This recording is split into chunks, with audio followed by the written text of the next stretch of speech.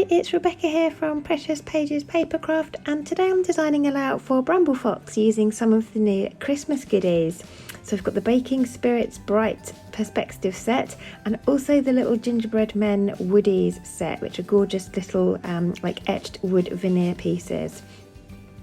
And this layout was inspired by paper snips number 15. You've got that gorgeous little white and red candy on the paper snips. And it got me thinking to a cut file I used last year, which is pretty much almost the same as that image on the paper snips. So I've taken that cut file and I've removed the outer circles. It just leaves me this kind of candy striped starburst design, which I really love. And I've cut those internal pieces, and I'm going to just use those on the layout as opposed to having all the outer bits and having like white, red, or two different colours. Just going to have these bits arranged like so, with my photo in the centre. And my photo is my little boy last Christmas. We'd baked some gingerbread men and he's decorating them. And I love that the red icing he's using in the photo matches the colour of that title perspective perfectly. So that was really cute. Now I cut this cut file using a patterned paper from last year's Hip Kit Club Christmas collection. I think it was their November kits. And it's a lovely pink patterned paper, but I felt like I wanted something red as well, a bit darker, to go with my perspective title. So I've pulled out another patterned paper from the Hip Kit. It's a red polka dot paper, and I've just drawn around all the pieces. I'm just cutting them slightly larger than the original pink piece, and I'm going to layer them like so, just to give that lovely red border to the edge of that file. And as you can see, I've skipped through the rest of that for you because it's a bit repetitive. And I've got that stuck in place flat onto my background with all the edges distressed for a bit of texture. And I'm getting my photo stuck into place. I've also added a layer of that red patterned paper behind my photo as well, just kind of makes things look a bit more consistent, and I like that on my layouts.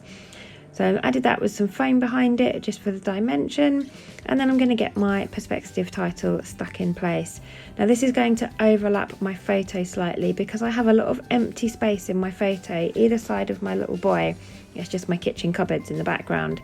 So that gives me some space to overlap my perspective, which means that the part that's not overlapping my photo needs to have a little bit of foam added behind it, just to raise it up to the same level as my photo. It just means that both parts of that title have contact with something on my background, so it sits flush and it's not going to sort of bend or ping off my layout at any point. And I'm just using cheap craft foam for this. I buy it in bulk from Amazon. It's adhesive on one side, so I can just peel off the backing and then just add some glossy accents behind the other edge. And then I just always use glossy accents for my perspective anyway, so I'm going to carry on and stick that on my acrylic as well and get that stuck in place. And I love this title because as well as having the title itself, you've got a little baker's hat as well, and you can just see over on the left there you get the little white hat that fits in perfectly as well. It just slots in there, and I think that's super duper cute.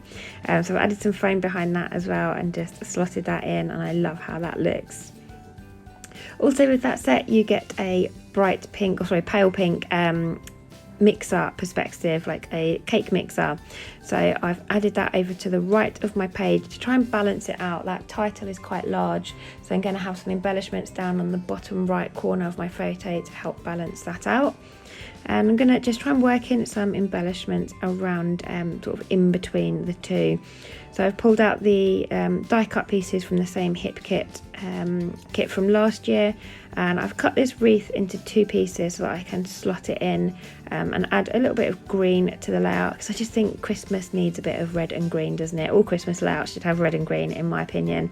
It's very unlike me to use a lot of pink on a Christmas layout actually. It's one of the colours that I just don't associate with Christmas.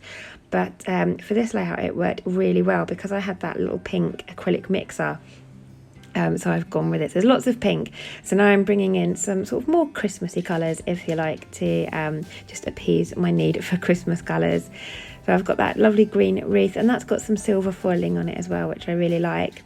And then I'm just bringing in a few florals and some holly sprigs, just to kind of bulk those areas out and embellish them. I didn't want it to look too bare. but I don't want to go too mad because I want to add these gorgeous little woodies. So I've got some little gingerbread men, some of whom have had their legs bitten off, bless them, and he looks a bit sad. But that's my little boy all over, biting the legs off of gingerbread men, so that worked really well. So I'm going to add a couple of those, and you also get some gingerbread houses as well. So I'm going to add one of those, and then you get a little kind of phrase piece that says sugar and spice, which I thought fit really nicely with my photo. So I've added that as well.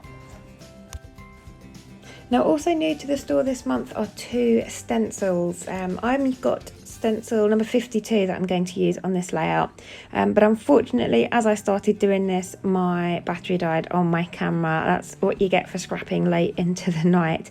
So you kind of miss me adding the stenciling, but you can see here in the photos at the end, I've used the little like crisscross section of that stencil, and I've used a red distress oxide in Festive Berries just to add a little bit of stenciling in between my starburst design. And I also added some splatters in the same colour, but as you can kind of see from the close-ups here, my pattern paper didn't like my splatters at all, and it's kind of gone all blotchy. Not sure what happened there, but it was done. I couldn't take it back, so yeah, won't be doing that again. But that's my final layout, so I hope you've enjoyed it. Thank you so much for joining me.